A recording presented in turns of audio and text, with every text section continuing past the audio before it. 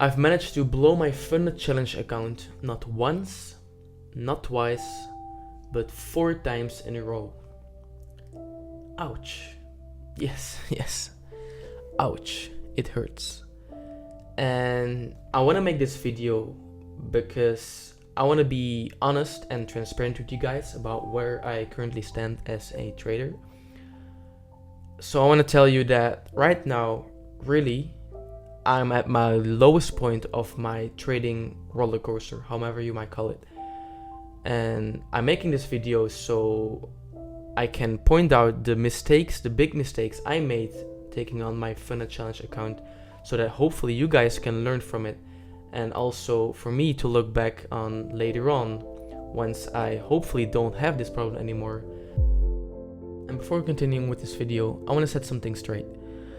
I looked at my videos while I was taking a break from YouTube, and I realized that the way I'm making my videos look, or the way I'm putting my value into my videos, is not what I want it to look like. Because I don't want to be this expert trader guy who thinks he has figured it all out and acting like I'm some kind of guru, because nah, that's not who I am. I just want to make this YouTube channel a resource for me to visualize my own concept so it gets stuck in my head, and just use this to also provide value for you guys when I'm going on this trading journey. So that's what I want to tell you guys. I think I'm gonna switch up my content to just be a little bit more relaxed, some personal day in the lives, tips, tricks, my ups and downs. That's why I'm making this video. This is the first time I ever confess something like this, so I don't know if it's hard, but it's different. So right now I'm on my path to success, and I am at my lowest point right now, like I said, but quitting is not an option. Quitting is for losers and for lazy people. So I don't want to quit, because I know if I keep pushing and keep doing the things I do, I'll eventually make it work. So yeah, that is just what I want to say before continuing with the video. Alright, let's talk about my first big mistake that led me to lose one of my first funded accounts, and that is impatience. I was so excited to complete the Funded Challenge, to finally access that big amount of money so I can start building an income. But here is what went wrong. I was placing trades solely on the purpose of completing the challenge, not on testing my discipline. And looking back at it now, it completely makes no sense. You should be trading the same way when you're doing the Funded Challenge, like you're trading on your main account. And that's what I was not doing. I was just trading to complete the take profit mark. And it might seem easy, but the psychology that comes in when you start your Funded Challenge account really messes you up.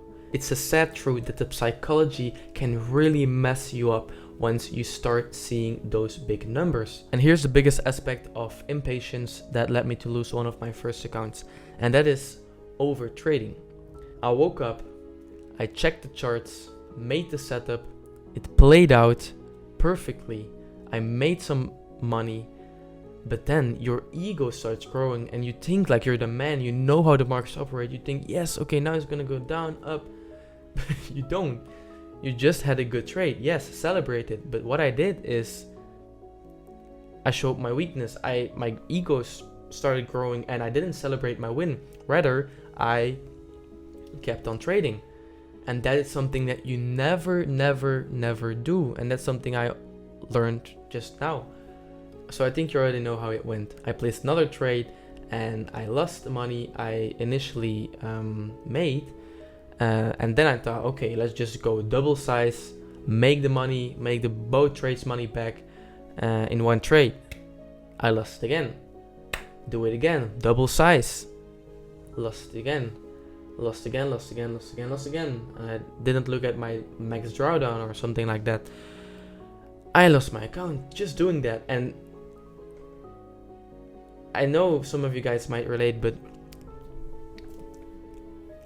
you guys think I look stupid, but once you're in that game and you see those numbers, you made money, your psychology, your mind, it doesn't take into account the potential loss of your double size trade. So that's something I really take note of today, to just after a win, stop trading for the day, breathe some air, go do something else, wake up the next day and start with a fresh mind, start trading again.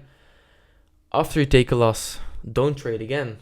Just one trade a day is good enough for me, because my psychology tricks me so damn well, and I couldn't afford to take one loss a day, because that resulted in me taking double-sized stupid gamble trades. So yeah, from my experience, limit your amount of trades per day. You have a loss, stop trading, start trading again the next day. You have a win, also stop trading. Don't trade again because you have a win. Just stop trading. You made money. What else do you want? More money? Yeah. There's a potential you lose more money. So yeah, that's thing number 2. Okay, on to the next one, and that is understanding the rules of your prop firm. And this is a tricky one, because each prop firm has its own set of rules, and it's really, really important that you clearly understand these rules in detail. And this also a thing that made me lose some funded accounts. I didn't know how the drawdown, the max drawdown, was calculated based on my balance, because one of the key differences between prop firms is how they calculate their drawdowns.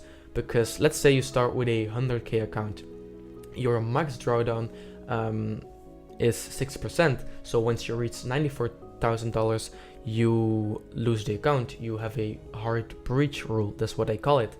And let's say you make money on the account. Let's say you make $2,000, so your account sits at $102,000.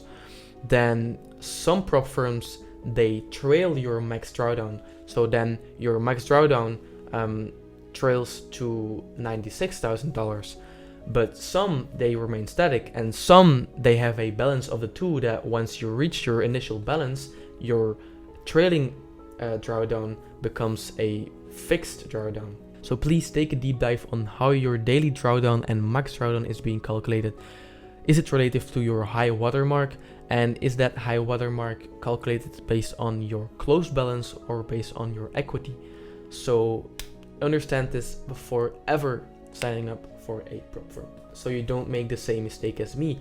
Because the thing is, once you lose your Finnet account based on this mistake, you think that it's because of your strategy, because of your psychology, because of your trading plan not working. But in fact, it's just a stupid rule that you overlooked, and it fucks with your mind. So please, make sure you understand those rules to the fullest. And apart from the rules, I've come up with some key factors that I believe are crucial to consider before getting funded anywhere. And first and foremost, that is authenticity. It is a fact that most prop firms are out there to just take your money. They set and make their rules so that you as a trader fail as quickly as possible. You might think, oh yeah, this prop firm, it lets you trade up to 1 to 100 leverage. It might seem nice, but at the end, it's only getting them more sales. Because in my opinion, a prop firm should have the least amount of rules as possible, but only a strict risk management.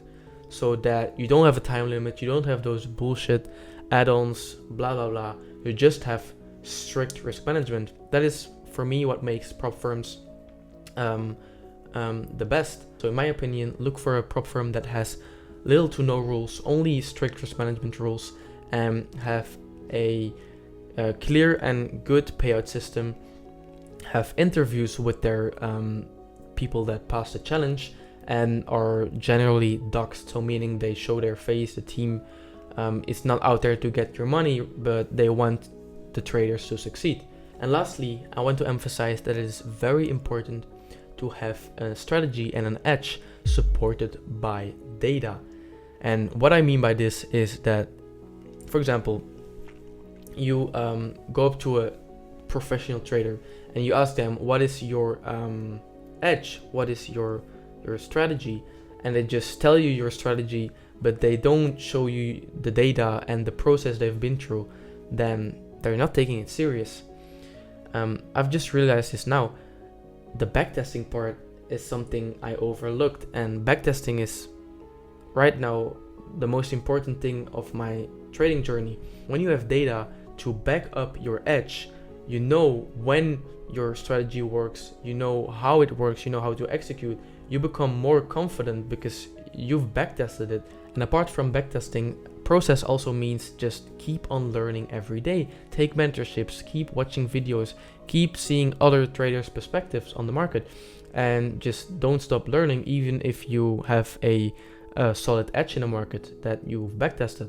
So to recap, these are my main key takeaways of my experiences losing 4 funded accounts in a span of 3 or 4 months. First and foremost, pick a funded company that's not trying to get your money. Understand the rules and make sure they have proof of payouts and a healthy community. Second of all, trading is not a journey. Don't focus on making money right now. Rather focus on having a solid edge in the market that is backed by real data. Backtest, backtest, backtest, backtest, backtest, backtest, backtest, backtest, and become so confident in your strategy that you know exactly what to look for in the markets, how you're gonna react to it, and how you're gonna manage it. And third, don't be impatient. Let the process guide you and don't ever give up. Don't do it. Most people think the price of winning is too high, but wait until you get the bill of regret. So please, if you are here, you initially wanted to be here, but you are here now, then you are right on track, because there's no way that you're gonna get there without any setbacks. That's what I'm always keeping in my mind. And I know that I'm nowhere near where I want to be, but I know it's gonna work, because I'm gonna do the things and keep pushing to make it work, because there is no plan B, for me at least.